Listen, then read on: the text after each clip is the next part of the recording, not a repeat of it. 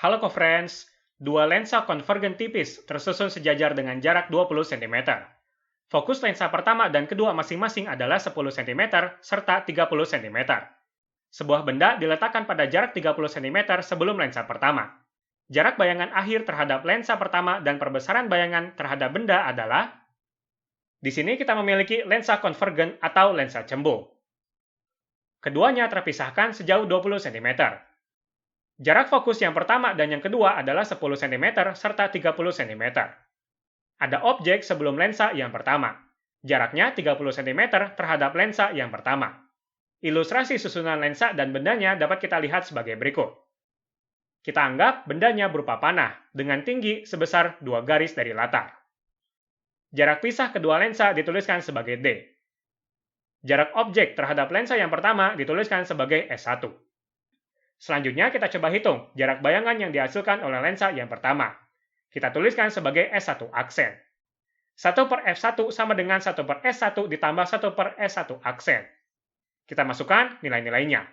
Di sini, jarak fokusnya bernilai positif karena lensanya berupa lensa cembung. Kita samakan penyebutnya. Menghasilkan 2 per 30. S1 aksen sama dengan 15 cm. Ternyata nilai tersebut lebih kecil dari S1, sehingga objeknya diperkecil. Karena hasilnya berupa positif, maka bayangannya berupa nyata. Kita coba gambarkan hasil bayangannya. Kita gunakan sinar istimewa lensa cembung. F di sini merupakan titik fokus, 2F merupakan titik pusat kelengkungan lensa. Sinar datang sejajar sumbu utama dibiaskan menuju titik fokus. Sinar datang menuju titik fokus dibiaskan sejajar sumbu utama. Hasilnya adalah panah terbalik. Bayangannya berupa nyata, terbalik, diperkecil. Posisi bayangannya di belakang lensa. Selanjutnya kita coba hitung perbesaran bayangan. M sama dengan nilai mutlak S1 aksen dibagi S1. Kita masukkan nilainya. Hasilnya 0,5 kali. Selanjutnya kita coba gambarkan lagi. Kita simpan lensa yang kedua. Jarak titik fokusnya berupa F2. Hasil bayangan lensa 1 akan diproyeksikan oleh lensa yang kedua.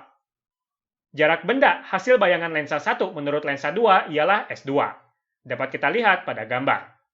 Dari sini kita bisa menghitung S2. S2 sama dengan D dikurangi S1 aksen. Kita masukkan nilainya. Hasilnya 5 cm. Berikut adalah gambar hanya lensa 2 saja. 2F2 merupakan titik pusat kelengkungan lensa yang kedua. Kita coba hitung hasil bayangan yang dibentuk oleh lensa yang kedua, yaitu berupa S2 aksen. Jarak bayangan akhir terhadap lensa yang kedua. Kita gunakan rumus yang serupa seperti sebelumnya. Kita masukkan nilai-nilainya. Kita samakan penyebutnya menghasilkan min 5 per 30. S2 aksen sama dengan min 6 cm. Jika kita lihat angkanya, ternyata lebih besar dari S2. Lebih besar berarti bayangannya diperbesar. Hasil negatif berarti bayangannya bersifat maya. Kita coba gambarkan hasil bayangannya. Kita gunakan sinar istimewa lensa cembung. Sinar datang sejajar sumbu utama dibiaskan menuju titik fokus. Sinar datang menuju titik pusat lensa akan diteruskan. Kita coba tarik garis putus-putus ke belakang. Hasil pertemuan kedua garis ini akan menghasilkan bayangannya. Sifatnya adalah maya, tegak, diperbesar. Posisinya di depan lensa. Berikut adalah gambar lengkapnya. Hasil akhirnya berupa panah berwarna hijau. Jarak panah hijau terhadap lensa 1 kita tuliskan sebagai X. Kita coba hitung jarak bayangan akhir terhadap lensa yang pertama. Dari gambar kita mendapatkan rumus. X sama dengan D dikurangi S2 aksen. 20 dikurangi 6, sama dengan 14 cm. Apabila kita lihat dari opsinya, jawaban yang paling tepat ialah opsi yang C.